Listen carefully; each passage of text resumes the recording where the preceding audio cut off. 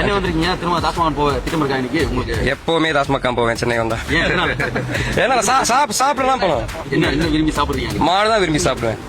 இன்னைக்கும் பல இடங்கள்ல வந்து நான் காலையிலேயே மாடு சாப்பிட்டு தான் வந்தேன், சாயங்காலமும் மாடு தான் சாப்பிட போறேன். என்ன பிரச்சனை இப்ப இருக்கு? இல்ல இன்னமும் சில இடங்கள்ல கறி வெட்டுவதற்கான அனுமதிகள் எல்லாம் மறுக்கப்பட்டு பக்ரீத் காலகட்டங்கள்ல இங்கே இருந்தது. நான் ஒரு ஜனாதிபதி ராஜ்யத்துல வாழ்ந்துன்னு இருக்கேன். எனக்கு இங்க பிடிக்கிறத யாருக்குமே ஹர்ட் பண்ணாம நான் சாப்பிடுவேன். லைக் அது எந்த பிரச்சனையும் இல்லை. இது ஒரு ஜனாதிபதிய ஊர். அவர்களுடைய உணவு அவங்களோட உரிமை தான். உங்களுக்கு பிடிச்ச நீங்க சாப்பிடுங்க, பிடிக்கலன்னா விட்டுருங்க, அவ்வளவுதான். எனக்கு பிடிச்ச நான் சாப்பிடுறேன், அவ்வளவுதான். வீடியோ பாத்தீங்களா?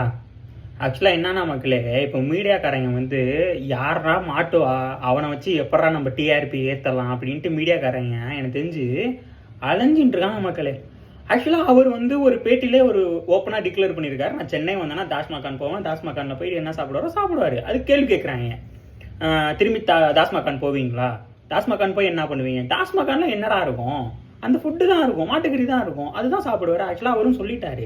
நீ ஏங்கடா திரும்பி அதே மாதிரி போட்டு அப்படியே வாயிலேருந்து உள்ளேருந்து இழுக்கிறீங்க? என்ன சாப்பிடுவீங்க? தாஸ்மகான் போவீங்களா? நெக்ஸ்ட் கேள்வி, தாஸ்மகான்ல என்ன போய் சாப்பிடுவீங்க? அவர் என்ன ஃபுட்டு சாப்பிட்றாரு, அவர் விருப்பம், அவருக்கு எது பிடிச்சிருக்கோ, எது கம்ஃபர்டபுளாக இருக்கோ அதான் சாப்பிடுவாரு. நீங்க ஏன் அப்படி இது மாதிரிலாம் கேள்வி கேட்டுட்டு இருக்கீங்க? இந்த உலகத்துல இவன் இந்த ஃபுட்டு தான் சாப்பிடணும், அந்த ஃபுட்டு தான் சாப்பிடணும்னு யாருக்கும் எதுவும் எழுதி வைக்கல.